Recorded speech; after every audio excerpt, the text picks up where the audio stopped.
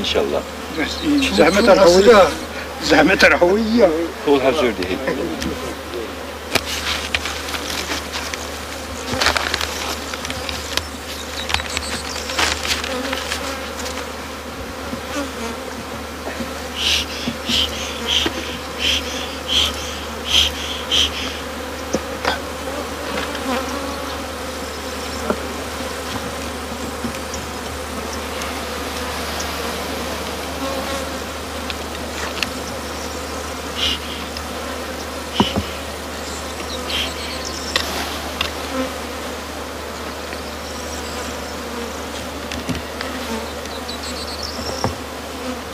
Bugün bedel Kalağına kardeş. خلقنا كازر ساكت تقدر حق وان هذا تورم شنو خاطر ساكت يقول خسته ولز قارشي إسا bu defa derman da qutna kazwa sad lahaydi qutay aqat halaqti ve lahaydi virt kaça halaqti bu lahadini qutu kitkidemas en bu tedbir tuğa etemdi günürü saşıncıdır samaşatın sahastalanıcıdır şimdi rahmet